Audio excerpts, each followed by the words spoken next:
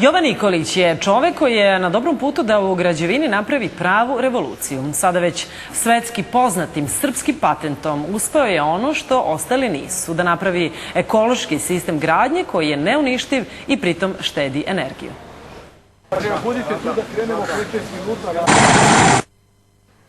Jovan Nikolić, ili kako ga zovu, Nikola Tesla 21. veka.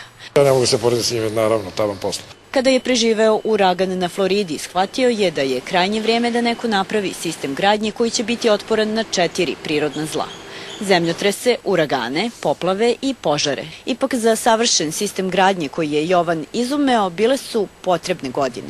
Trebalo rešiti energetsku efikasnost, trebalo rešiti neprekidnu izolaciju. Sve tehnologije imaju taj problem. Mi smo taj problem izbjegli. I iz čitave priče rezultirali su srpski patent i štedljiva kuća. Pored energetske efikasnosti i izdržljivosti, najveći adut jeste ušteda energije čak do 80%.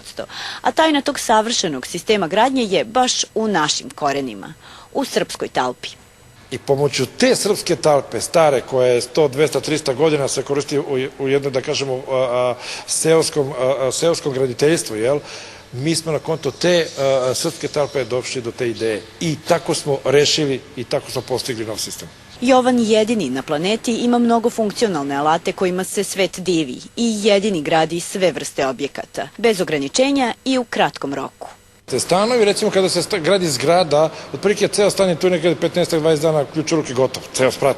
Znači to je otprilike, računajte, do 1000 kvadrata. Kuća negde 100-200 kvadrata, otprilike tako 15-20 dana. I u doba kada je svima najlakše da kažu kriza je, moderni Nikola Tesla pokreće fabriku u Golubincima i otvara oko 1000 radnih mesta. Imao je dobre ponude da svoj patent proda, ali to nije prihvatio, jer, kako kaže, želi da Srbija postane vodeća zemlja u visokogradnji.